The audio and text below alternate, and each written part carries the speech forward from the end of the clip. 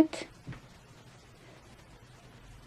Bouniette, tu me laisses filmer le podcast? Hein? Tu me laisses filmer le podcast, mon chat? Oui. Hein, c'est ma chaise, ça.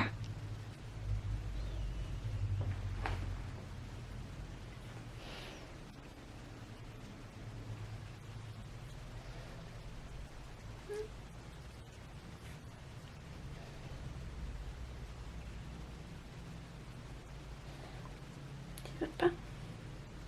Bon. Tu veux pas.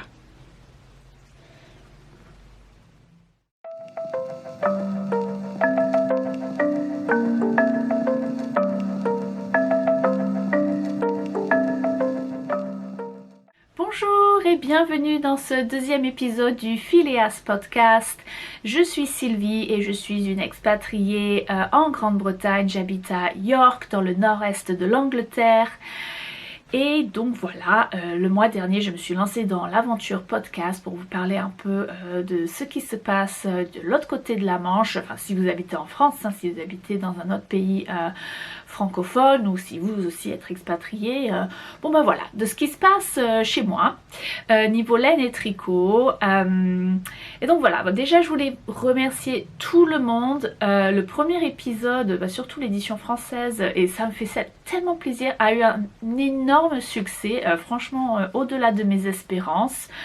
À chaque fois que je vais sur YouTube, j'hallucine du nombre de vues et j'adore voir les nouveaux commentaires et j'adore vous répondre.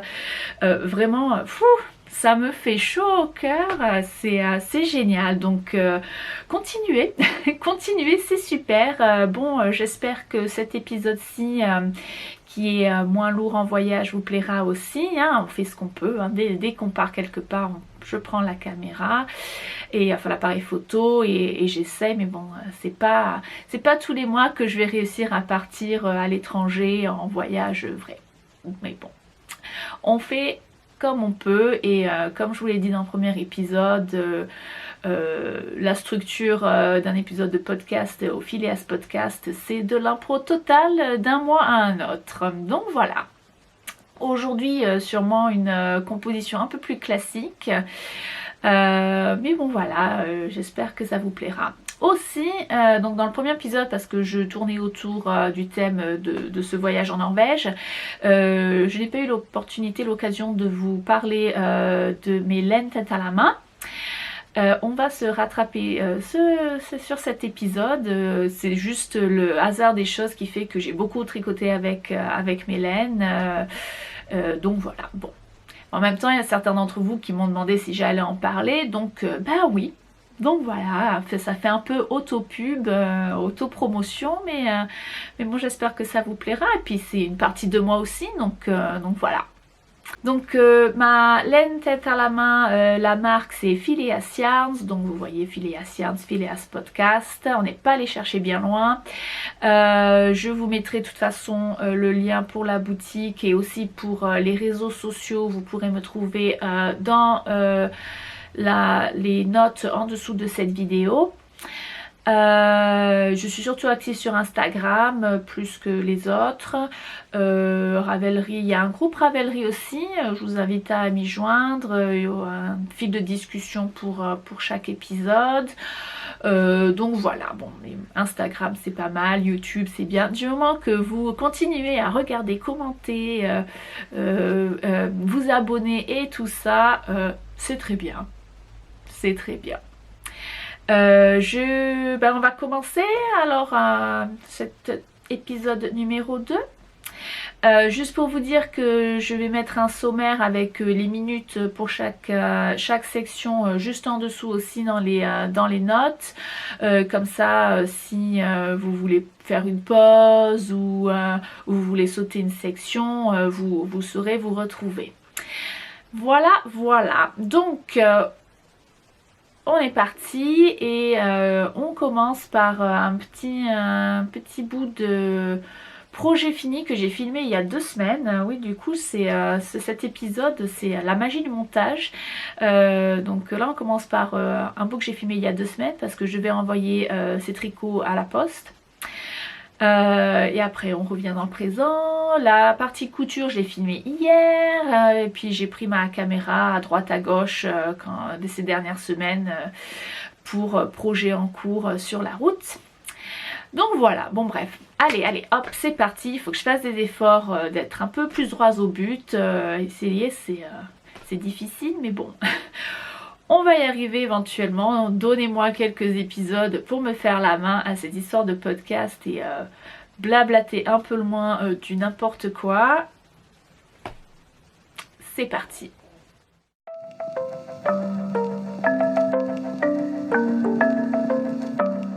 Là, je voulais vous présenter vite fait deux petits bonnets que j'ai fait. Ce sont pour mes neveux. Et voilà, à l'occasion de l'anniversaire du plus petit, enfin qui a quand même 8 ans, un petit, pas si petit que ça.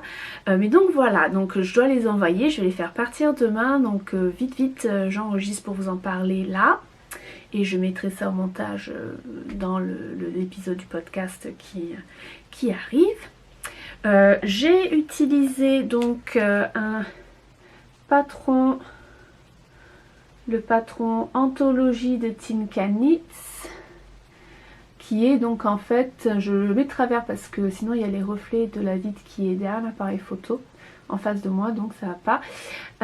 Donc Anthologie, donc une recette en fait pour faire un bonnet en jacquard, mais bon c'est une recette de bonnet point barre, et en fait c'est pratique parce que on vous donne les indications, les instructions pour faire un bonnet donc en fingering ou en déca ou en arane, donc vraiment plusieurs épaisseurs de laine, donc c'est super sympa. Vous pouvez retrouver ce patron gratuit sur Ravelry, gratuit individuellement, et il n'est qu'en anglais par contre, ou dans le livre Strange Brew, qui est un livre donc de Tinka Knits, complètement écrit par les deux super nanas de Tinka Knits, qui est un livre de patron dédié complètement au jacquard, donc avec plein de pulls et des bonnets et des accessoires, enfin vraiment super.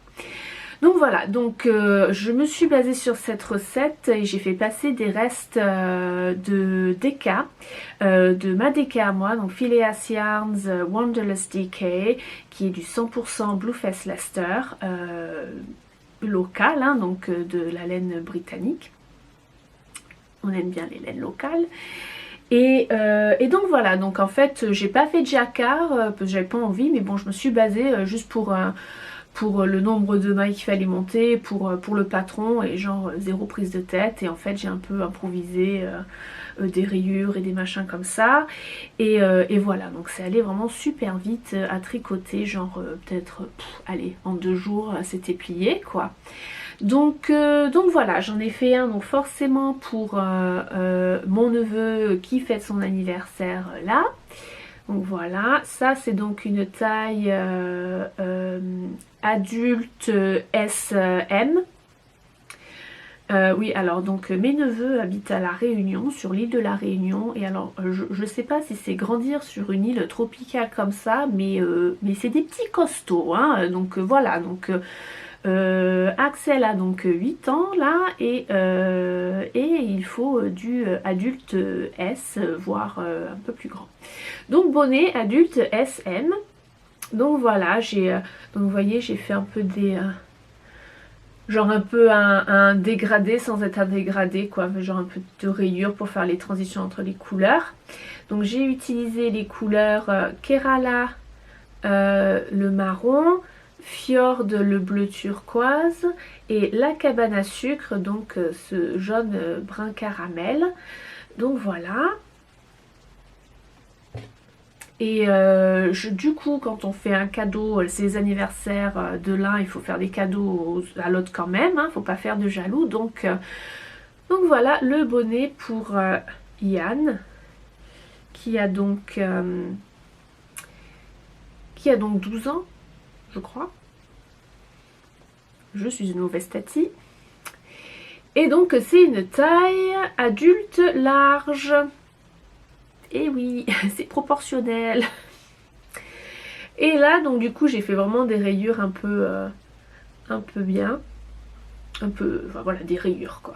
Et j'ai utilisé la couleur bédouin comme couleur principale parce que Yann c'est un fan de bleu.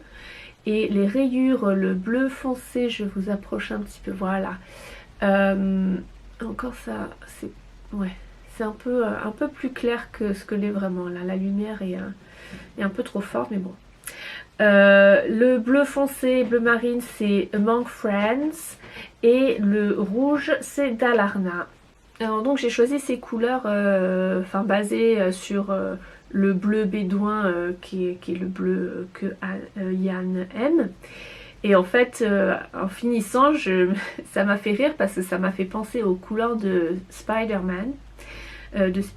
Que Yann adorait quand il était vraiment tout petit et qu'il appelait Pisterman. C'est resté dans la famille, Pisterman. Et du coup, voilà, donc ça me fait rire que ça revient en boucle et avec les couleurs qu'il aime et du coup son bonnet à rayures Made in Tati. Et donc voilà, donc ça va partir là demain direction La Réunion. Alors il y en a qui vont se dire mais tu envoies des bonnets en déca sur l'île de La Réunion. Mais figurez-vous, pour ceux qui y sont allés ils vont le savoir, pour ceux qui ne connaissent pas, c'est une île dans l'océan Indien, mais alors c'est super montagneux et ma soeur donc et sa famille habitent bien dans les hauteurs.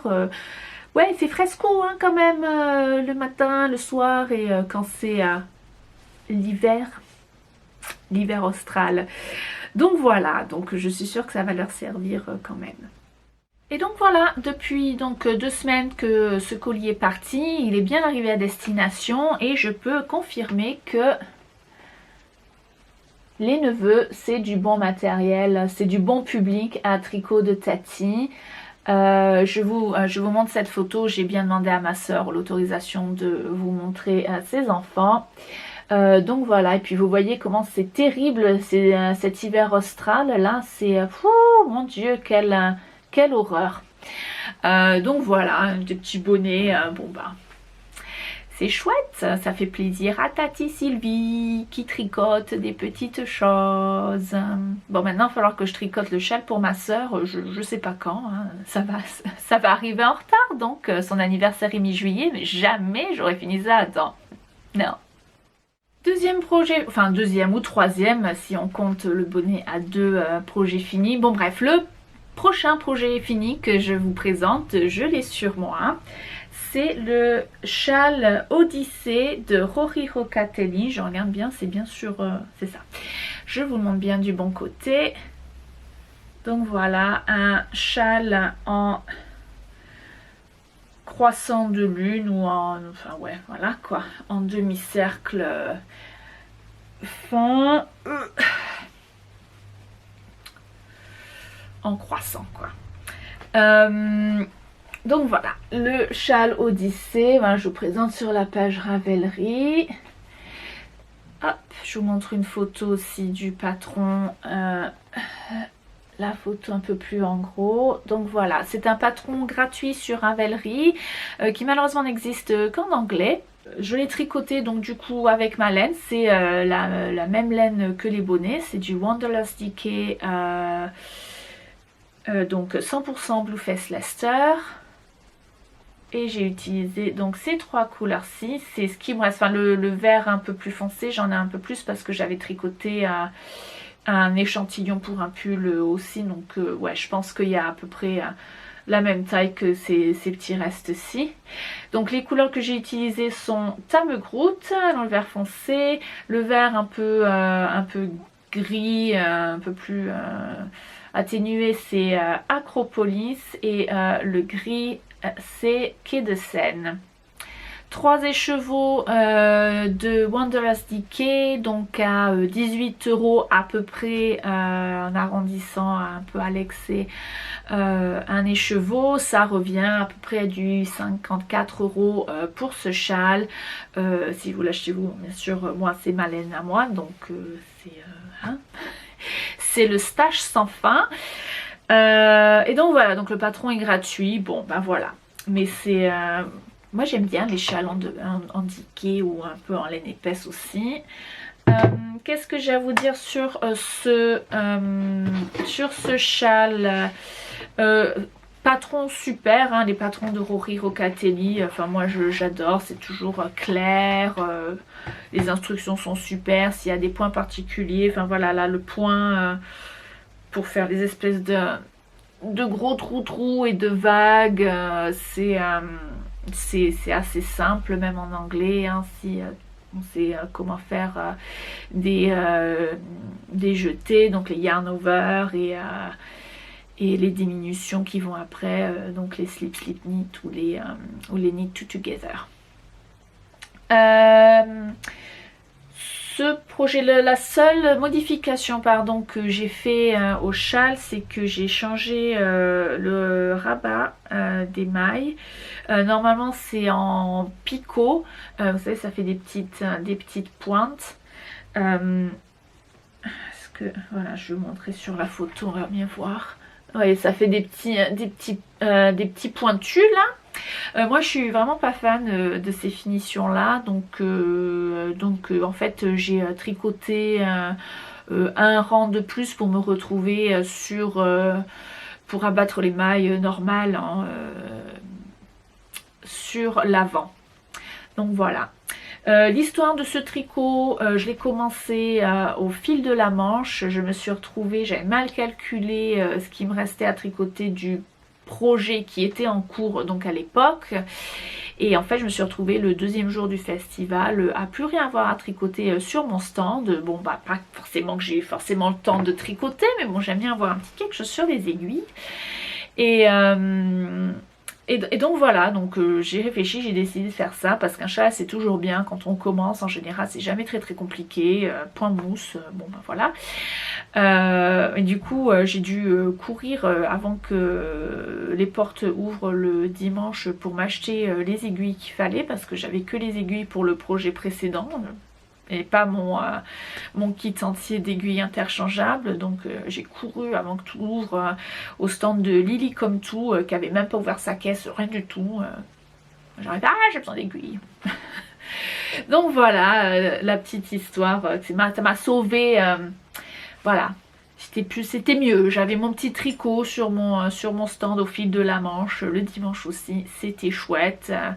Donc voilà, j'ai pas trop fait de dégâts, à rater trop de diminutions, tout ça, rien de très dramatique, on a pu se rattraper facilement. Le dernier projet fini que j'ai à vous présenter est ce gilet.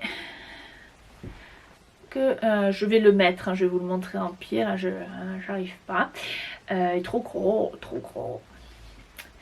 Ce gilet est hello, le Ramona Light de Stephanie Smith, qui est aussi connu sous le nom de Brown Stitch. C'est le nom de sa marque de design. Le patron demande une laine sport, à l'occurrence le Queen & Co Chickadee. C'est une laine américaine, une grosse marque de laine américaine, Queen & Co. Et moi par contre j'ai utilisé une laine DK parce que j'arrivais avec mon échantillon, j'y arrivais, ça a donné un bon tissu un peu épais, donc très bien pour l'hiver. J'ai utilisé de la laine New Lanark dans le coloris Tiger. La composition c'est du 90% de laine et 10% de soie. Et je vous montre la couleur Tiger. Alors je pense que vous arrivez un petit peu à voir, donc c'est une laine chinée, donc avec un fil rouge et un fil beige, donc tordus ensemble, mais il y a aussi des petites taches et des petits speckles tachetés, c'est tacheté de bleu et de mauve. Donc c'est vachement sympa quoi. Quand on regarde de plus près, c'est vraiment des chouettes trucs et du coup ça fait une laine qui va bien se marier avec plus de choses que si elle était juste beige et rouge. Donc voilà, alors d'habitude je vous montrerai bien l'étiquette, sauf que pour ce coup-ci, en fait je n'ai pas d'étiquette. New Lanark, c'est en Écosse, un peu au sud-est de Glasgow. Et donc l'année dernière, l'hiver dernier, je suis allée à New Lanark, à la boutique en fait. Donc New Lanark, je m'excuse, je m'égare complètement, est un site UNESCO. Parce qu'en fait c'est un vieux village avec un moulin, de l'industrie textile et tout ça. Et donc en fait cette laine est faite et fabriquée dans l'ancienne filature. Donc en fait voilà, c'est une filature textile qui date du siècle, enfin 19e siècle, un truc comme ça. Et donc ils font encore de la laine là-bas, et donc ils ont la boutique sur le site, et dans la boutique il y a toujours des cônes qui traînent au prix, un prix super avantageux. Je crois que j'ai acheté ça. Donc il y a sûrement plus de 500 grammes. Je crois que j'ai aussi en fait à enlever le cône en carton pour pouvoir la peser avant de commencer à tricoter, avant de commencer mon projet. Il me semble qu'il y a 600 grammes. Il y a définitivement plus de 500 grammes. Et j'ai acheté ça pour 20 livres. 25 € quoi. Donc voilà. Par contre... Le problème c'est que voilà, je l'ai acheté dans le panier des affaires.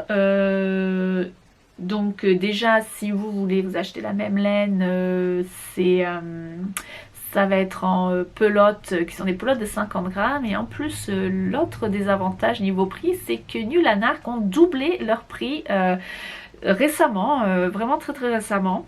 Donc là je viens de regarder et le prix, excusez-moi, et à 7 livres 50 les 50 grammes, donc on va dire peut-être entre 8,50 €, 9 € les 50 grammes. Ce n'est plus la laine super qualité-prix que c'était avant. Qu'ils augmentent leur prix, c'est pas le problème, ils ont tout à fait le droit, justement. Ils devraient, c'était vraiment très très pas cher avant, même si on l'achetait en pelote, c'était vraiment la super bonne affaire. Mais de là à complètement doubler les prix, d'un coup c'est bof quoi, ça fait mal quoi. Ça c'est le désavantage pour vous. Le désavantage pour moi d'avoir acheté cette laine donc en cône, c'est que elle n'a pas été mise en pelote, donc en fait il y a encore toute l'huile de filage et du coup elle est super rêche à travailler. Donc déjà c'est une laine qui est quand même assez sèche de base. Moi ça me dérange pas, j'aime bien. Et je trouve justement la New Lanark, je l'ai déjà tricotée, j'ai déjà travaillé, j'aime le tissu que ça rend. Mais alors là en cône c'était juste pas possible. Moi je m'étais fait ce gilet en m'étant dit ouais c'est du DK. Bon j'ai tricoté en aiguille 3,75 qui est une taille d'aiguille en dessous. En général le double knit je le fais le DK je le fais en 4 mm. Donc, mais bon je m'étais dit ouais ça va aller vite, c'est du DK, c'est simple, c'est du jersey de base, il n'y a pas de motif, il n'y a rien, c'est super, plié, emballé. Ah non non non non, c'était un peu la galère à tricoter, fait mal aux mains, c'est pas génial. En fait j'aurais dû en fait la mettre en écheveau et laver les chevaux pour un peu déjà adoucir la laine avant de la tricoter. De là ce qui reste je vais sûrement le faire si pour faire si j'ai envie de faire un projet pour finir la laine, un accessoire ou quoi. Donc on verra. Donc voilà. Donc le gilet quand je l'ai fini au final j'ai dû donc je l'ai bloqué dans un savon spécial laine, celui qui est sans rinçage, qui s'appelle Soak. Et après je l'ai même mis en machine, j'ai un programme lavage à la main dans ma machine, donc je l'ai mis avec la lessive normale, question de bien adoucir. Donc je pense que ça va être une question de le porter, plus je vais le porter, plus ça va s'adoucir. Enfin vous voyez, c'est une laine sèche, mais il y a quand même du bon drapé. Enfin, je pense pas que, enfin, il y a tellement peu de soie que je pense pas que ça agisse. Et puis les autres projets que j'ai, c'est vraiment du 100% laine, il n'y a pas de soie dedans. Et voilà, ça fait quand même un chouette drapé.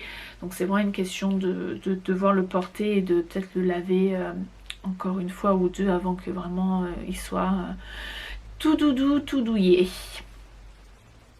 Le patron en lui-même, le gilet en lui-même, super de base, hein, c'est un patron, il y a donc ça se tricote de haut en bas. De haut en bas, on commence pas par les côtes, hein, donc on commence par le corps direct. Donc en jersey, c'est des augmentations en raglan. Est-ce qu'on voit? Voilà, c'est léger, hein, forcément la laine est assez... il y a plein de choses qui se passent dans la laine déjà, donc on voit pas trop les détails du raglan. Le corps, il n'y a pas du tout de diminution et augmentation pour marquer les hanches, ni rien. C'est tout droit, tout droit. Les manches, après quand on reprend les manches, c'est du... ouais, voilà, il y a des diminutions. Moi, j'ai rien changé au patron. Ou à la limite, si je aurais le refaire, peut-être j'improviserais les diminutions des manches un peu différemment. Je vais pouvoir, ça va pas me gêner, rien, mais je trouve que ça baille un petit peu. Il faut que je vous le mette, je vous l'ai toujours pas mis. Je vous l'ai toujours pas montré sur moi ce gilet. Donc voilà, c'est un peu ample là, donc je pense que je retravaillerai les diminutions pour accentuer, pour que ce soit un peu plus près de mon bras. Mais bon voilà, et en fait tout ce qui est cotte, même les boutonnières, les pattes de boutons, c'est de la cotte brisée. Hop, est-ce qu'on voit? Voilà. Donc voilà, donc il n'y a rien de sans sas.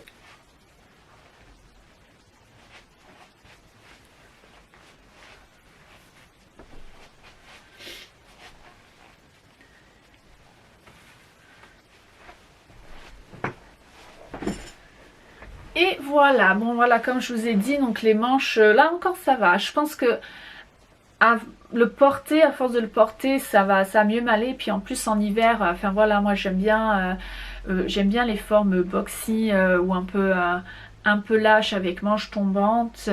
Donc même en hiver, si j'ai des pulls à manches longues où je vais avoir donc du tissu bien sur les côtés, ça va en fait ça va pas me gêner d'avoir un gilet. Des fois quand vous avez les gilets trop serrés avec les manches du t-shirt un peu amples en dessous, c'est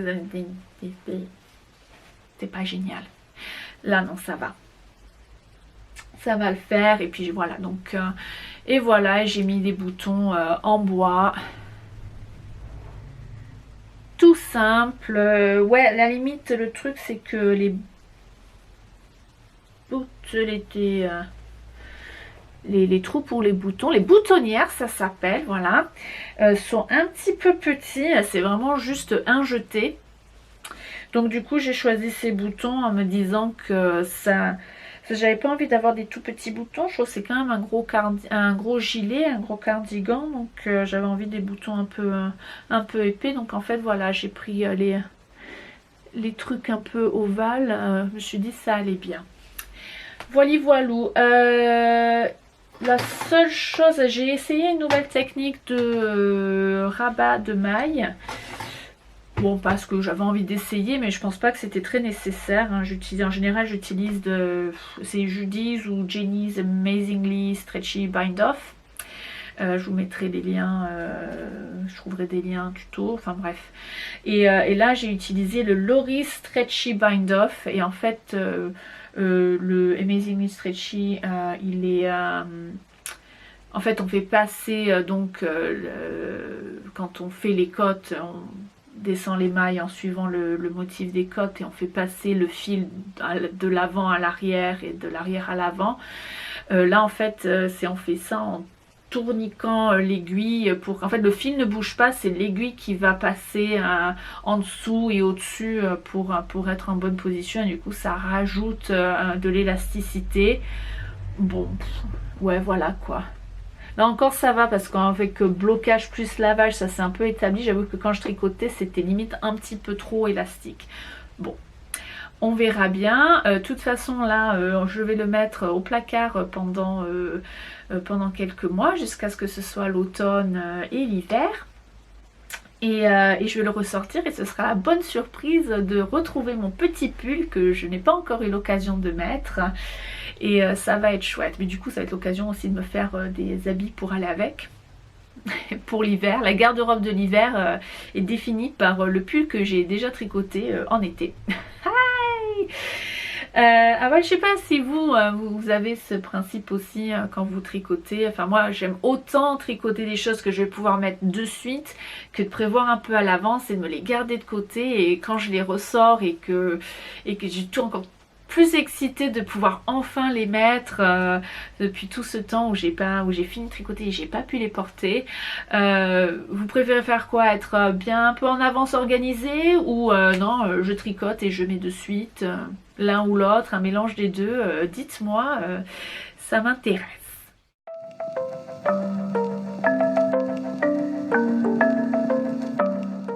On passe au projet en cours, on va dire projet en cours sédentaire pour commencer. Celui-là, enfin oui, remarque, je pourrais le prendre, mais bon, il commence à être un peu gros. Du coup, j'ai fini le Ramona Light et j'avais envie de me tricoter un autre pull. Et oui, et là c'est le début de ce que je vais appeler la série des pulls greux. Greux parce que gris et bleu, à dominante gris et bleu, enfin, c'est un truc de malade. J'ai à peu près, en comptant celui-là, que je vais vous montrer incessamment sous peu, j'ai genre 4 pulls prêts à tricoter, donc un en cours et 3 qui me restent, qui sont gris et bleu. 2 d'entre eux avec une touche d'autres couleurs. Attention, les deux, c'est du jaune.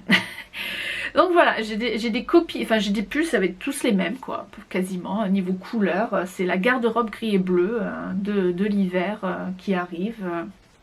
Bon bah écoutez, hein, on change pas une équipe qui gagne, hein, c'est les couleurs que je porte, donc voilà, hein, ça va être porté, je m'en lasse pas. Donc voilà, donc ce premier pull, hein, je vais vous le mettre peut-être sur l'avant, je le tricote sur l'envers, hein, mais enfin bref, enfin en même temps c'est réversible, hein, vous allez me dire. Enfin, une fois que j'aurai rentré les fils d'un côté ou d'un autre, ce ne sera plus réversible, mais en théorie, je peux choisir quel côté. Mais bon, voilà. Hop.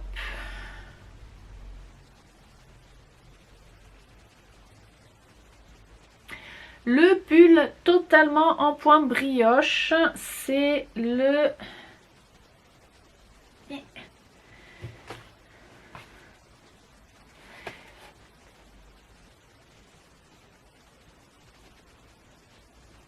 Cavalgante, ou enfin j'imagine que ça se prononce comme ça, de Rosa Pomar, de la Retrosaria Rosa Pomar à Lisbonne, que tout le monde, enfin beaucoup de gens vont connaître maintenant, qui font les laines Mondim et tout ça. Enfin d'ailleurs ce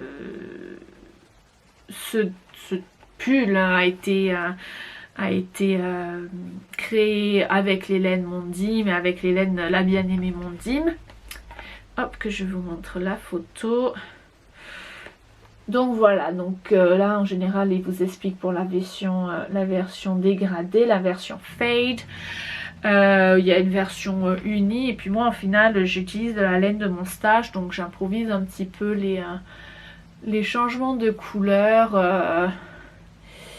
Comme ça m'enchante. Il faut juste maintenant que je fasse attention, que j'ai séparé le corps des manches, de faire attention qu'il me reste de la laine pour faire les manches, même combinaison de couleurs, de changement de couleur que le corps. Donc voilà. Brioche, j'ai fait juste un seul projet avant qui était un châle, donc là c'était un peu l'aventure. Puis en fait ça va, donc pour ceux qui ne connaissent pas, le point brioche c'est vraiment un point de cote 1-1 avec des surjets ajoutés dessus pour rendre un peu plus moelleux. Vous voyez, c'est quand même assez douillet. Et du coup, quand on fait à 2 couleurs, c'est complètement réversible. Une fois qu'on a pris le coup de main, franchement, il n'y a rien de bien compliqué. Et en fait, bah ouais, parce que même avec ce deuxième projet de pull, hein, c'est quand même, voilà, donc on commence en fait, enfin je vous en parlerai mieux quand je l'aurai fini, mais plus ou moins on commence par le centre du dos. On fait les cotes, c'est des cotes normales par contre, des cotes 1-1 torsadées, torse, les cotes torse 1-1. Et donc en fait voilà, et donc en fait on fait ça en rond. Après quand on commence la brioche, on passe en aller-retour pour faire des rangs raccourcis. Premier rang raccourci en brioche.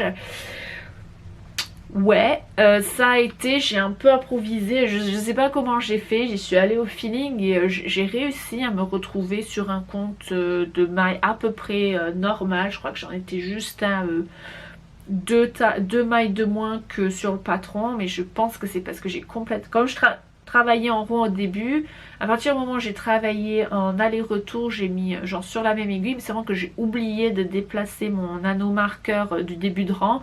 Je tricote en rond, en général je le mets après la première maille pour pas qu'il se casse la gueule à chaque fois que, quand je travaille en Magic Loop, qu'il se casse la gueule à chaque fois que je tire les fils pour passer d'une partie à une autre de mon tricot.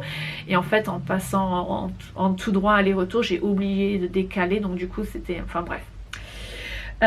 Donc voilà, donc on fait des allers-retours et puis après donc on repart en rond. Et alors là bah, il y a toutes les augmentations à faire pour l'encolure. Et écoutez, bah, ça c'est super bien passé, hein, c'est vraiment pas la mer à boire quoi. Donc voilà. Bon, par contre l'inconvénient c'est que en fait tu tricotes 2 pulls à la fois, parce que la brioche il faut enfin voilà, faut tricoter 2 rangs, donc un rang de chaque couleur pour avoir un rang. C'est x2, donc ça prend un peu de temps. J'avoue que là ouais bof quoi, hein. Tricoter, ouais, voilà, c'est en fait je tricote un pull, mais le niveau de temps et niveau de nombre de rangs et de mailles, c'est comme si j'en tricotais 2. Et c'est du fingering et ça se tricote en 3 mm. Oui, enfin moi mon échantillon c'est du 3 mm. Au lieu de, enfin voilà, le patron a été créé avec un échantillon à 3,75. Ouais. Ouais, non, moi j'ai. Enfin, ouais. Bon, après, j'ai tellement l'improvisation et tellement. Je sais pas trop comment mesurer mon échantillon par rapport au point brioche, tout ça. Enfin, je pense les 3 mm. Je vous avoue qu'entre toutes les nouvelles techniques et tout ça, je m'attends encore à ce que ce pull ne m'aille pas, qu'il va falloir que tout que je défasse. Enfin, bref, c'est. Si ça se trouve, enfin voilà, il y a une partie de mon cerveau qui me dit ouais. Ne sois pas surprise si ça foire complètement. Donc voilà, les laines, donc c'est des laines que j'avais dans mon stash, dans mon étagère à laine, dans mon stock. La plupart c'est du Black Isle Yarns, qui est de la laine qui vient de Black Isle. C'est la région juste au-dessus d'Inverness, dans le nord de l'Écosse. J'essaie de retrouver mon échantillon, excusez-moi. Je ne vous regarde pas. Mercredi. Mais qu'est-ce que j'en ai fait? Ah, là. Et donc en fait, ouais, Black Isle Yarn, donc il y a la laine... Enfin, en théorie c'est thym, l'hibiscus, donc voilà, c'est de la laine qui vient du nord de l'Angleterre, dans la région de Black Isle, et c'est tous les les toisons viennent de fermes locales. Donc la nana qui s'appelle Julie qui tient Black Alliance, elle va se fournir dans les fermes locales différentes espèces de moutons et elle les envoie à la filature qu'il y a dans le sud de l'Écosse. Donc ça reste dans le même pays, ça reste circuit court et après quand ça lui revient donc en fil à tricoter, elle les teint avec la teinture naturelle. Donc c'est vraiment un super produit, Donc là, le Black Alliance là-dessus c'est la blanche un peu gris bleuté, vraiment très très léger. Et alors là c'est un mélange alors attention, de mouton, du Blueface Leicester, du Cheviot, du Lincoln and Hampshire. Donc c'est plein de moutons en un. Les deux bleus, alors ouais ça va, on voit, il y a un bleu un peu plus clair que l'autre, un peu plus vert que l'autre aussi. Les deux sont teints à... Ouais, le bleu foncé c'est de l'indigo indigo, le bleu plus clair, plus vert, et c'est du indigo, bruyère, rhubarbe et je ne sais pas, un autre truc, mais il faudrait que je regarde dans le dictionnaire, je vous le redirai à une autre occasion. Et donc j'avais acheté ces 3 laines pour faire un châle, ou je savais pas trop ce que je voulais en faire. À la base je pensais que c'était un châle, puis quand même c'est des laines assez costauds. Ouais, je m'étais dit ouais peut-être plus sur un pull. Et après moult réflexions, je me suis établie sur ce patron là, sur ce modèle, et du coup j'ai rajouté cette laine grise qui m'a été ramenée de l'Oregon au nord des États-Unis. Ma copine Jess qui me l'a ramenée, et c'est du... Voilà, là aussi c'est une combinaison de moutons, Romney, Dorset, Rambouillet et laine de Jacob. Donc voilà, je sais pas, je pense que c'est de la teinture, je sais pas si c'est teinture naturelle ou teinture acide. Et le moutarde chartreuse, c'est du John Arbonne Textile. Et c'est la Alpaca Sock Yarn, mais est-ce qu'ils l'ont refaite? Non, et je crois qu'ils la font plus du tout. Et c'est donc de 60% alpaca, 20% Exmoor Blueface et 20% nylon. C'est de la laine à chaussettes. Mais bon, et en fait je m'étais fait un projet il y a très très longtemps avec, il me restait quasiment un écheveau. Comme quoi, des fois il faut garder vraiment les laines super longtemps et ça sert toujours, hein, voilà. Donc du coup j'utilise, ça donne la touche colorée jaune de ce premier pull de ma collection, les pulls greux. Un autre projet en cours pour vous, encore une fois c'est pas vraiment la totalité de mes projets en cours, il y en a qui sont sur le long terme, donc je veux même pas, tant qu'ils avancent pas je vous en parle même pas. Mais là petit projet que je suis obligée de tricoter, c'est juste j'ai pas le choix quoi, c'est le Winston Léon, le petit lion en peluche de Cynthia Vallée, qui est connue sur les réseaux sociaux et sur Ravelry comme From Cynthia. Cynthia est de Nantes, hein, elle est française, mais le patron, elle écrit ses patrons en anglais, sûrement pour atteindre un public plus vaste. Puis voilà, je veux dire, ces patrons sont quand même super détaillés, beaucoup d'instructions en anglais, ça doit être assez compliqué de faire en 2 langues sur ce coup là, donc voilà. Mais c'est tellement bien expliqué que peut-être ça peut être l'occasion de vous mettre au tricot en anglais avec un bon lexique, ça peut le faire. Donc voilà, donc Cynthia aime bien travailler à faire des patrons de petits jouets, peluches animaux. C'est son deuxième, le premier c'était Myrtille, le petit nounours. Et en fait donc pour Winston Léon, elle a choisi ma laine Phileas Yarn pour créer son modèle. Donc autant vous dire que j'étais obligée que je me fasse un Winston Léon. Donc voilà, j'ai quasiment fini la tête. Bon là je l'ai pas rembourré, je sais vous faire marionnette de doigts là. Bonjour, je suis Winston Léon. Et voilà, donc ouais ça c'est un peu bizarre sur l'aiguille, mais bon. Donc voilà, avec sa crinière double loop, loop comme elle dit sur son patron. Voilà, j'ai brodé, alors je suis pas une pro de la broderie, j'ai envie de m'y mettre, un de ces quatre à broderie, encore un autre truc que j'ai envie de faire, allez hop. Mais pour l'instant c'est pas top. Et voilà. Donc oui, elle a utilisé ma laine filiation. J'ai fait des kits sur ma boutique. Là, à l'heure où j'enregistre, il n'y en a plus.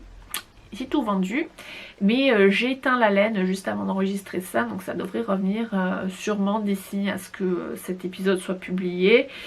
Et peut-être aussi de la chérie de Winston, que Cynthia nous travaille sur une petite addition option sur le patron de Winston Leon pour tricoter Nana Leon, la lionne, donc sans la crinière, et qui est tricotée avec aussi ma laine. Je lui avais envoyé plusieurs coloris de jaune doré. Et voilà, donc Winston Leon, la laine c'est, allez hop, on est là. Le kit et ce que Cynthia a utilisé, c'est du Wanderlust 4-ply, donc c'est le 100% BFL Blueface Leicester.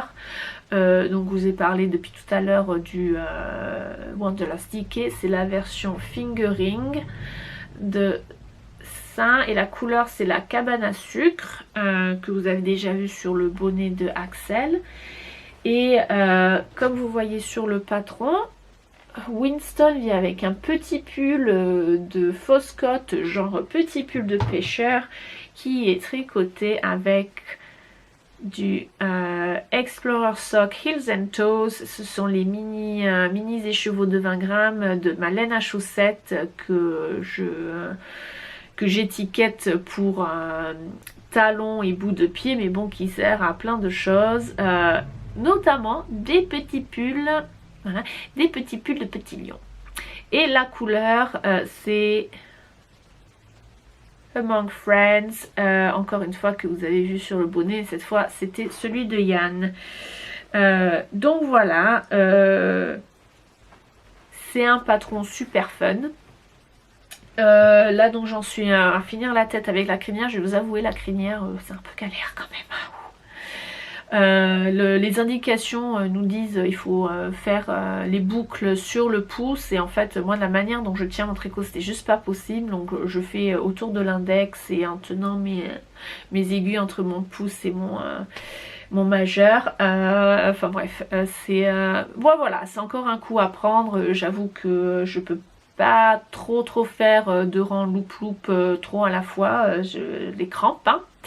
Ça donne un petit peu des crampes, mais bon voilà, c'est juste le plus dur à passer, mais bon c'est quand même très chouette et j'ai vraiment très hâte de le finir et de pouvoir l'utiliser comme modèle d'exposition sur mon stand dans les prochains salons laineux que je vais auxquels je vais participer.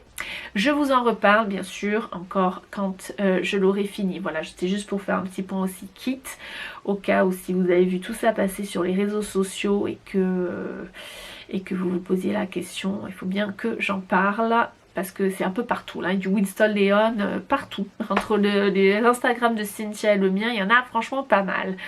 Allez hop, on est parti et on va passer encore un projet en cours, mais celui-là vous l'avez déjà vu dans l'épisode précédent et c'est juste le projet de Sur la route.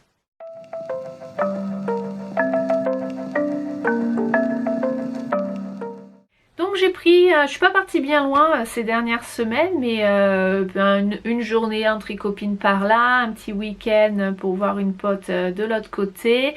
Au final j'ai réussi à embarquer mon projet tricot de voyage à droite à gauche. On a commencé, donc j'ai monté les mailles pour le devant de mon pull dans le train.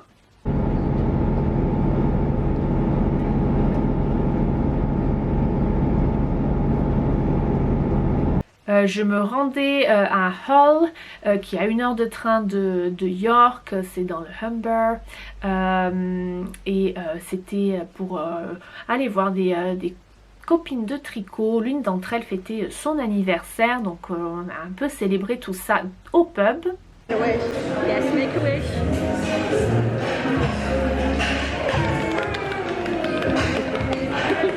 Après, je suis partie en week-end à Glasgow voir ma copine Martha.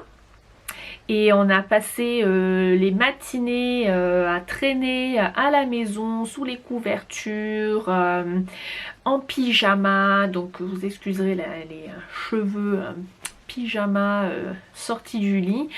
À tricoter et à papoter. Notamment, c'était voté pour les Knitting and Crochet Awards. Et donc je vous ai mis les sous-titres pour le coup que vous pouviez participer à notre petite conversation. Who's in there? The second sock drawer down. More Super Socks by Winnick Mum. Knit and Nibble by James McIntosh. 40 Years of Rowan. And Strange Brew by Tin Can Knits. Well, Strange Brew. Strange Brew, definitely. Best Knitting Show / event. Mm-hmm. Okay. Yarndale, Knitting and Stitching Show. Oh, Knitting and Stitching Show in Harrogate and Knitting and Stitching Show in Alexandra Palace. Wonderwool Wales and EYF. Ooh, that's a toughie. Well, I'll be between Yarndale and EYF. Well, I actually haven't been to Yarndale. Oh, I love. Have you never? I've never been to Yarndale. No I way. know. I was thinking maybe I should go this year. Oh, come this year. You can stay with me and you can be, come with me. Yeah. Because okay. I'm going. Definitely. Yeah, that's a good idea. So what should we say then? Oh, I don't know. It's tough. Although, I don't know. It's so different. I'll be a bit tempted to see Yarndale though. I feels like it's more local. It is a little bit, yeah, isn't it? Yeah. It's more sheepy as well. Yes. Yeah, I was about to say, yeah, it's more, yeah. Like, that's what I really liked about Perth, was that it was such a sheepy Yeah, show. it's just a shame Perth isn't in there. I mean, you're so cute. Alright, favorite charity campaign. Et puis le week-end dernier, je suis partie à Scarborough, qui est sur la côte du Yorkshire. Encore à peu près 1 heure de train de York, de chez moi. Encore un rendez-vous de tricopines. Et donc on a commencé par lunch au pub pour un fish and chips qui était, soi-disant en passant, super délicieux. I've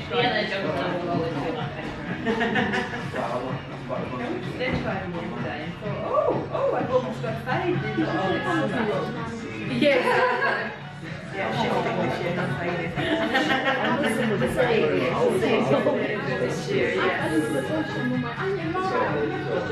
Nobody went to Sheffield yesterday then. Oh no. Okay, the wool t-shirt. I think you might be able to make it. Yeah. Oh, brilliant. So, yeah. Et après, on s'est déplacé, on s'est calé à la plage où l'une de ses copines a une petite cabine sur le front de mer. Et du coup, on en a profité pour se poser et tricoter un peu plus. I can drink my tea in a glass, it's okay. Take turns at him. Oh, seagull. Oh wow, what a spot. I feel like I need to do different types of seagulls. There's big ones and little ones. Just make them, yeah, I will. They're all gillybots today.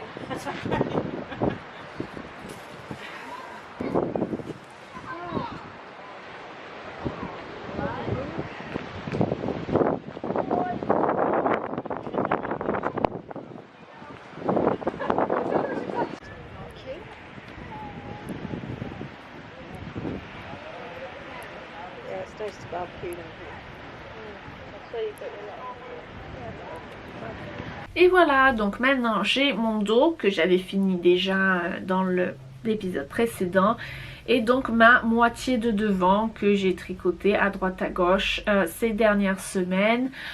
Donc voilà, je vous rappelle le patron, donc c'est le... Brièvement, c'est le Hayward, le pull Hayward de Julie Hoover, qui fait partie d'une collection Brooklyn Tweed. J'ai fait tomber mon tricot. BT Fall, donc automne 2012, BT Fall 12, je pense que c'était. Bon, de toute façon, je vais en reparler et puis je vous ferai vraiment un point plus précis quand je l'aurai fini. Et la laine, c'était donc John Arbon Textiles dans la qualité Harvest Shoes. La couleur, c'est Juniper. Il se peut que je commence à tricoter autre chose que ce pull dans mes voyages parce que les chaussettes me manquent. J'aime bien tricoter des chaussettes quand je suis sur la route et là, j'avoue que ça me manque un petit peu. Et aussi du coup aussi peut-être de tricoter ce Hayward à la maison pépère. J'avoue qu'entre le pull brioche, le nounours ou enfin voilà, c'est tout petit, il y a plein de choses à faire. Des fois j'ai envie d'un tricot vraiment zéro cerveau et ouais, peut-être que voilà, on va faire des infidélités à mon but de tricoter ce Hayward que en voyage et ne que ça en voyage. Aucune volonté, Sylvie, aucune volonté.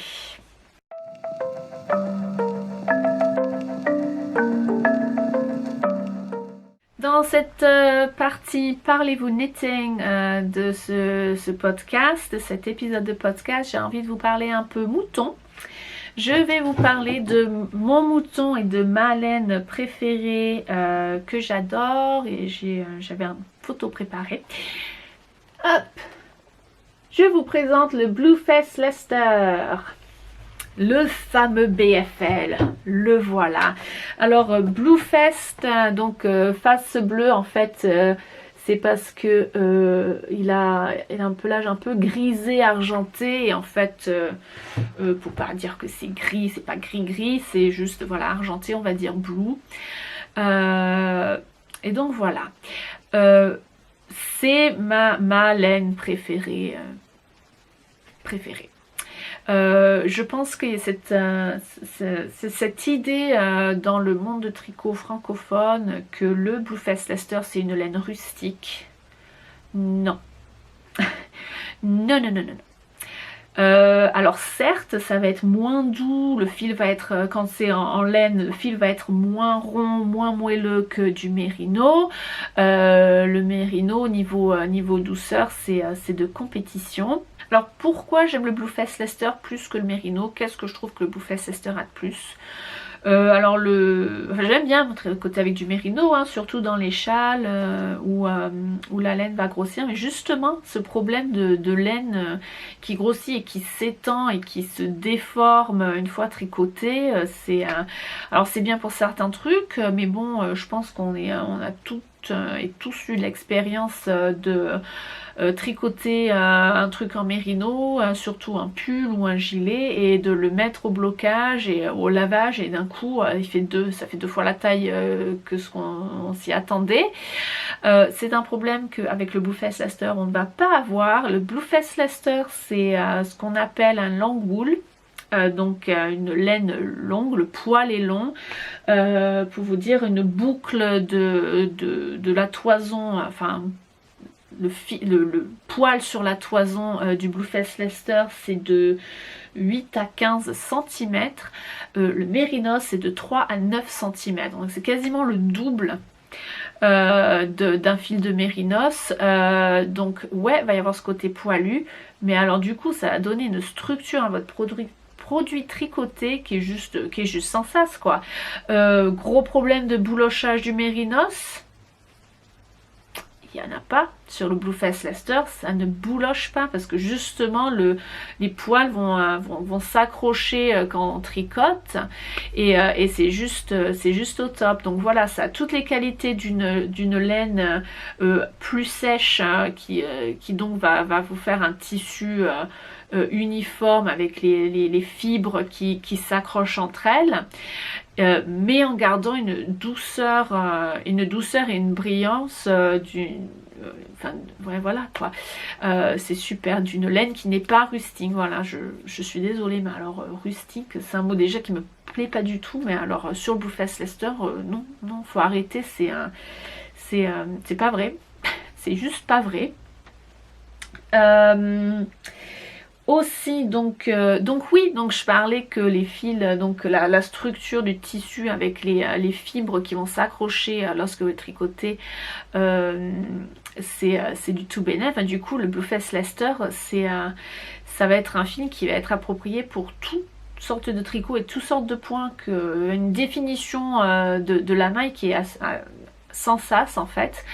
Niveau des torsades c'est nickel, niveau de la dentelle c'est nickel aussi, ça va une fois bloqué ça ne va plus bouger hein. Hop, est-ce que si je vous montre du bon coup, je suis toute tordue. Donc voilà, hein, je vous montre un peu la définition du fil. Vous voyez, on voit bien le point mousse, on voit bien là que c'est du jersey en vert avec le jersey avant, avec les ajourés et du jersey en vert. On voit bien la définition du fil. Et moi qui adore le jacquard, et si vous aimez le jacquard, le Bluefest Leicester c'est sans sas parce que même à cause de ce poil long, ça va vous faire un jacquard qui est super doux en fait.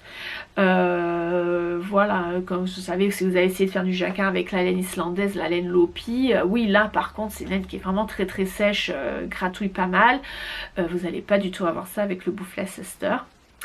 Après si vous êtes sensible à des gens, les trucs mohair et tout ça, oui peut-être je le conçois avec le côté poilu du Bluefest Leicester, ça va peut-être vous gêner un petit peu, mais enfin voilà, c'est tellement minime, surtout quand c'est traité superwash. Au final la résine fait que ça contrôle un peu les fils, mais je trouve juste assez pour rendre la laine un peu plus douce, mais pas assez pour la rendre trop lisse. Et du coup même, enfin moi mon Wanderlust Decay elle est traitée superwash, mais je fais du jacquard avec et il est juste nickel quoi.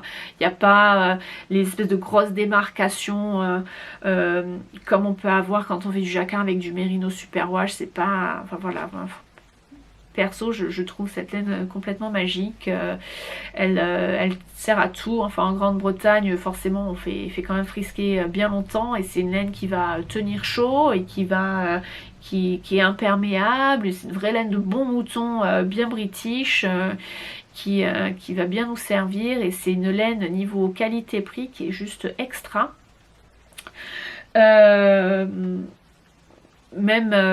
Enfin voilà quoi, je veux dire, si vous la trouvez du Bluefest Leicester dans les teintures à la main chez teinturière, forcément les prix vont être un peu plus conséquents, mais ça c'est parce que le travail de la teinture à la main passe derrière.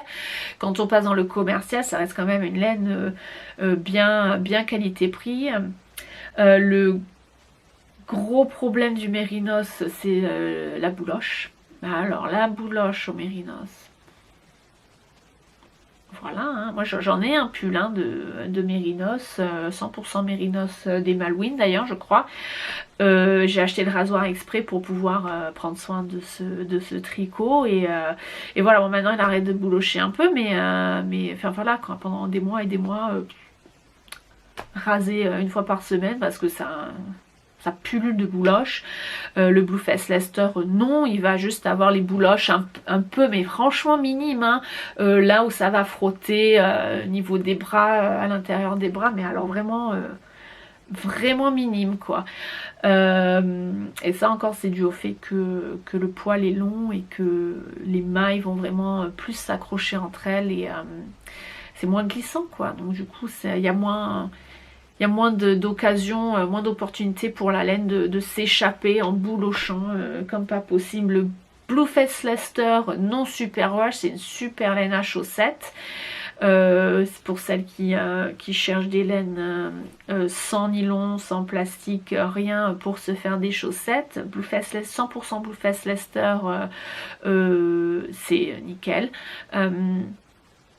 Et donc voilà, et aussi donc ce que j'aime avec par rapport au Mérinos, c'est que le Mérinos au bout d'un moment, parce que c'est tellement lâche, c'est tellement souple qu'au final ça se défend quand même pas mal avec le temps.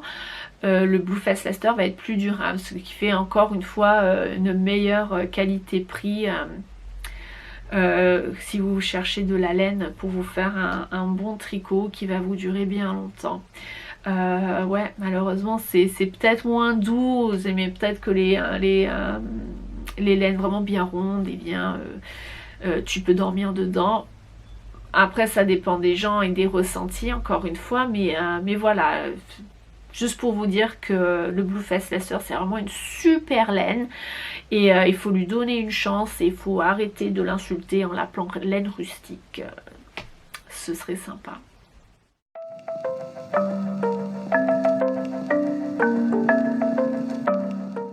Et oui, cette fois-ci dans ce podcast il y a une petite section couture parce que je me suis cousu une robe. J'avais envie de coudre cette robe, ça fait un moment, mais là j'étais invitée à un mariage le 1er juin. Du coup je m'étais dit c'était la super opportunité pour me motiver et coudre cette robe. La robe que je porte, et je vais me lever dans un moment pour vous la montrer mieux, genre en pied, c'est le patron, allez, de Merchant & Mills, et c'est le trapeze dress, ça commence bien, hein, la robe trapèze, voilà. C'est donc un patron de Merchant & Mills qui est une marque que j'aime beaucoup. Ils ont aussi une boutique en brique, une vraie boutique dans le petit village de Rye qui est dans le sud de l'Angleterre. Et il y a aussi une boutique en ligne et ils font, enfin voilà, les patrons sont chouettes. Et alors les tissus quoi. Mais j'en ai, donc à mon avis je vais vous en montrer à un moment donné des super tissus de chez Merchant & Mills. Le patron, quand j'ai acheté ce patron c'est la version originale. Depuis ils l'ont réédité, ils ont ajouté une version, une option pour avoir un dos boutonné. Normalement il y a juste une couture dans le dos de base quoi, il n'y a même pas de zip ou rien du tout. Et donc c'est une robe, déjà les options de base c'est de l'avoir en mode débardeur sans manches, ou d'avoir les manches courtes comme ici, ou des manches longues un peu évasées avec une espèce de petit empiècement qui fait la manche s'évaser un petit peu. Et donc oui, alors après les longueurs on peut ajuster aussi, je fais à chaque fois, mais avant de revenir dessus je vais me lever et vous faire un petit défilé.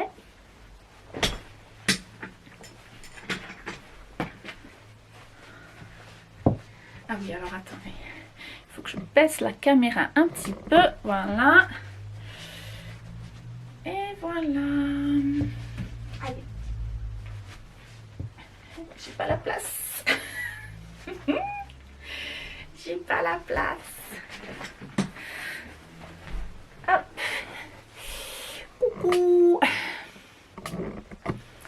Voilà, donc alors déjà avant de commencer sur les modifications de ma robe trapèze, le tissu complètement foufou qui est nommé dans la boutique où je l'ai acheté Jackson Pollock Style crêpe de Chine. Donc voilà, crêpe de Chine à la Jackson Pollock, on voit très bien, d'où que oui c'est ça, c'est absolument ça. Et donc voilà, crêpe de Chine, je l'ai acheté sur le site internet d'une boutique qui s'appelle Fabworks Mill Shop.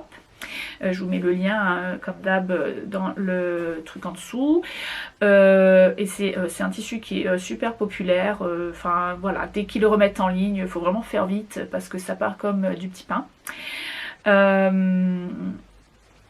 Et en plus c'est très bonne, c'est une très bonne affaire parce que c'est un tissu qui est en 150 de large et qui a 6 livres le mètre. 6 livres, bah, ça fait quoi, 8 € peut-être, un truc comme ça, je sais pas, j'ai pas regardé, j'avoue je suis désolée. Donc voilà, à peu près 8 €, on va dire le mètre.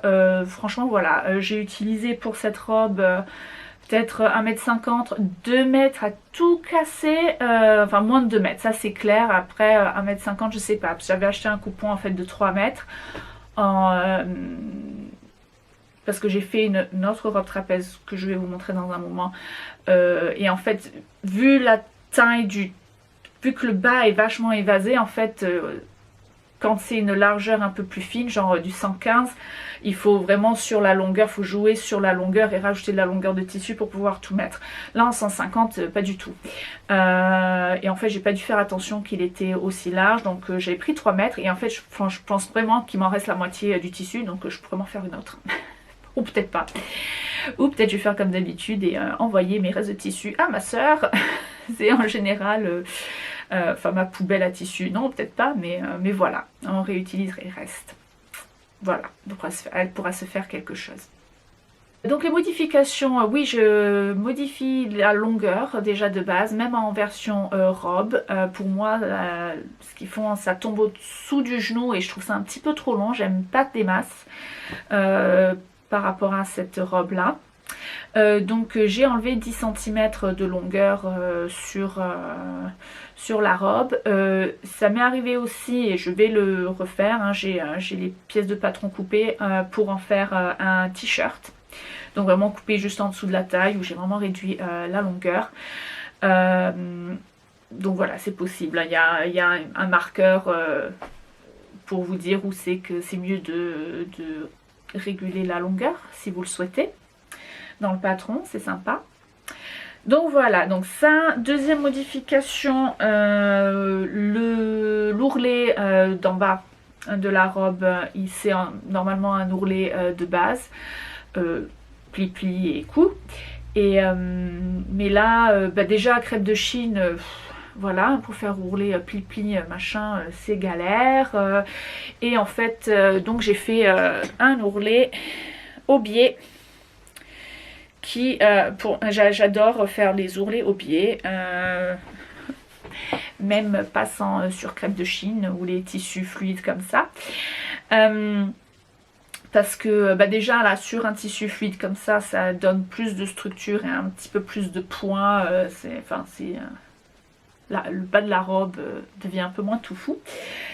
Et puis aussi c'est vraiment super facile. Et moi qui est paresseuse comme pas possible, voilà, moi faire les ourlets au biais où j'ai pas besoin de mettre d'épingles, rien du tout, ouais, c'est tout bénef.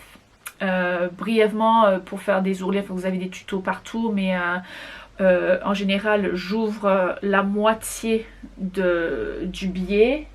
Je l'ai le biais quelque part d'ailleurs. Voilà, il me reste du biais. Ouais, donc en fait je vais, voilà, je l'ai déjà fait, donc hop. En fait, je vais ouvrir donc la moitié du biais et je vais coudre donc endroit, c'est ça, endroit sur endroit le long de la ligne qui est dépliée. Donc voilà, il faut juste suivre le trait et après on vient replier le tissu et donc il faut juste, donc là avec un petit coup de fer à repasser pour bien presser. Et du coup, il faut juste sécuriser avec une ligne de couture le reste du biais. Et puis voilà, ça vous donne donc ça. Et du coup, c'est vachement propre. Ça prend 5 minutes. Voilà, c'est très bien.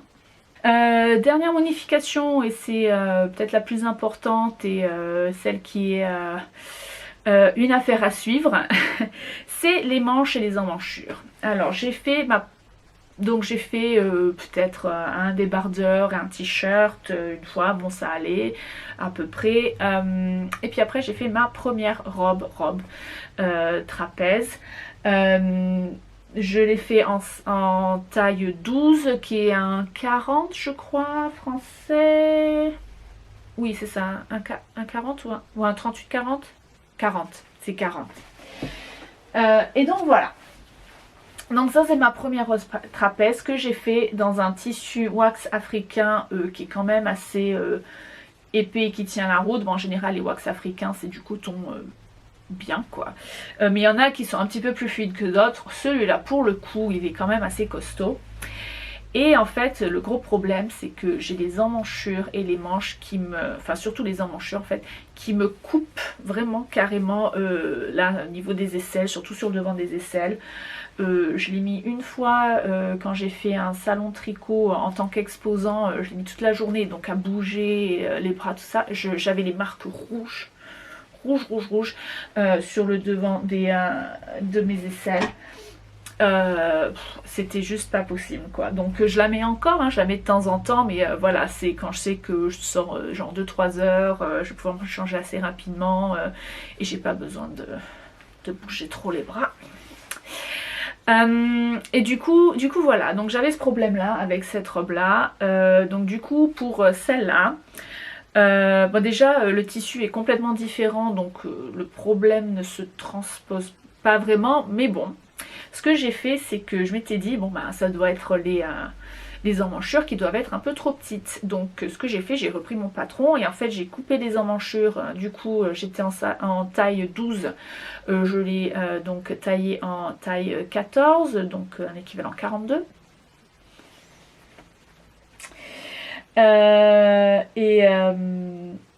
Et donc du coup les manches aussi, j'ai recoupé mes manches dans la taille 14.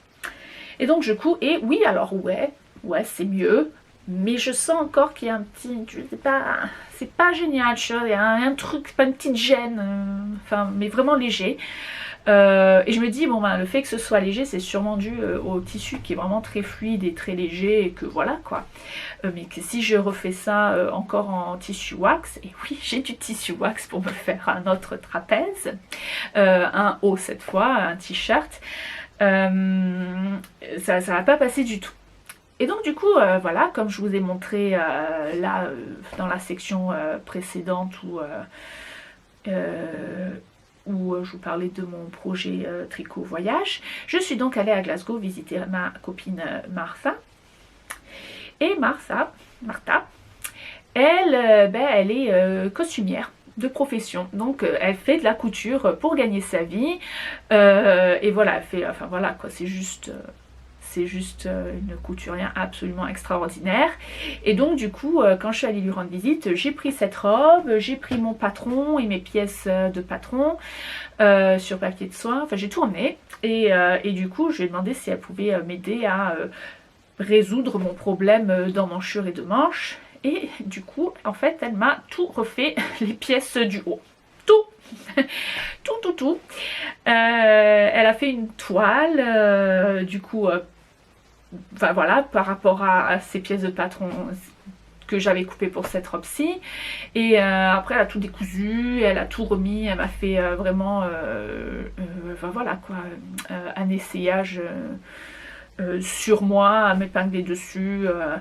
Et me recouper les pièces. Alors j'en ai profité, j'ai fait la bonne copine à laisser Martha faire tout le travail alors que je lui filmais un petit peu.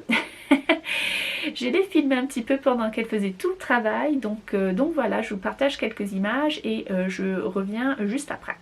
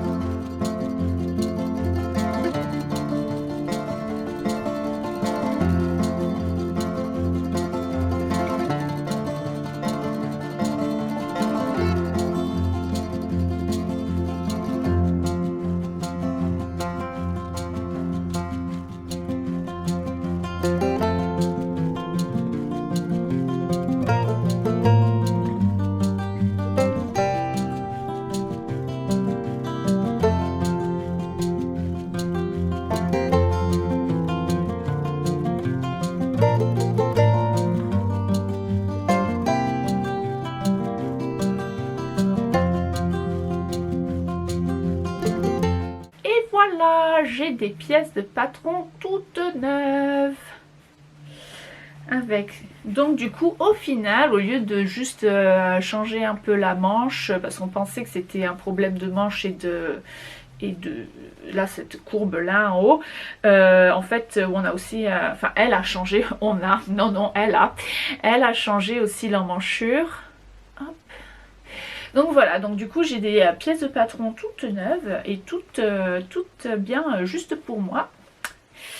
Et voilà, donc c'est génial. Tout ce qui me reste à faire maintenant, c'est de positionner ces nouvelles pièces sur mes pièces de patron à moi.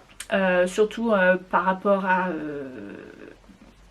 comment vous dire, à la longueur du vêtement que je veux faire, que ce soit en robe ou en t-shirt. Et de recouper, donc version papier soie, faire un peu de scotch, un peu de papier soie, tout ça, de recouper, rajouter les marges de couture à ces pièces là, parce que du coup là c'est vraiment là où il y avait la couture, et voilà. Et voilà, j'ai eu quelques petits conseils pour coudre bien aussi. La morale de l'histoire de cette trapèze, c'est que moins d'épingles c'est mieux. Voilà, moins d'épingles, ça marche mieux pour étendre le tissu. Et donc voilà, donc j'essaie d'être en cure de désintox d'épingles quand je couds, même en général, tout. Donc voilà. Et ouais, donc voilà, c'est super. Ah oui, pardon, je vous ai pas dit, je vous ai dit le prix du tissu, le prix du patron de Merchant Mills, c'est... Enfin, j'ai vu dans des sites de mercerie internet en France, c'est dans les 17 € par là. Par contre, je ne sais pas si il y a une version qui a été traduite en français. J'ai un peu regardé, mais je sais pas, j'ai un doute. Hein. On dit patron trapèze en français, mais les images montrent le patron avec les instructions en anglais. Du coup, je sais vraiment pas si c'est fait. Mais bon, en même temps, je vais vous dire un truc. Merchant Mills, niveau des explications, des schémas, c'est vraiment clair, donc voilà, enfin je pense que si vous avez les bases de couture, vous vous en sortirez sûrement assez facilement. Voilà, sachant que la partie un peu plus compliquée, un peu plus galère, c'est vraiment de mettre les manches en fait. Donc voilà, parce qu'il faut un peu froncer, puis il faut adapter, il faut bien mettre, et en bas non, et enfin bref. Mais bon, à partir du moment où vous avez déjà mis des manches dans ce style, dans un top ou dans une robe, ça ne devrait pas vous poser de problème que le patron soit en anglais. Les schémas se suffisent à elles-mêmes si vous avez les bases de couture. Donc voilà, je pense que c'est tout pour les petites minutes couture. Ouais. Et voilà, au final c'est tout pour aujourd'hui, mais c'est déjà pas mal, hein, ça fait beaucoup de choses, encore une fois, c'est dingue, dès qu'on se met devant la caméra et qu'on commence à parler des choses, et ça, ici et ça, ouf, on s'emballe et le temps passe très très vite. Donc voilà, si vous avez aimé ce que vous avez regardé, n'hésitez pas à commenter, à mettre le pouce en l'air, n'hésitez pas à vous abonner à la chaîne pour être au taquet pour les prochains épisodes. Vous pouvez suivre ce que je fais d'ici là sur mes réseaux sociaux, notamment Instagram. Encore une fois, tous les liens pour ça sont dans les notes juste en dessous de cette vidéo. Et donc voilà, je vais vous retrouver dans un petit mois par là. Encore une fois, la structure de ce podcast va être complètement différente. J'ai des petites excursions, des petits voyages qui approchent vite. Donc d'ici le podcast prochain, ouais. Ça va, je vais emmener mon appareil photo en balade et mon tricot en balade et ma couture en balade aussi, je pense, parce que là c'est l'été, donc ça va être plus qu'est-ce que je porte en couture que qu'est-ce que je porte en tricot. Enfin bref, on verra tout ça le mois prochain, et en attendant, bonne création.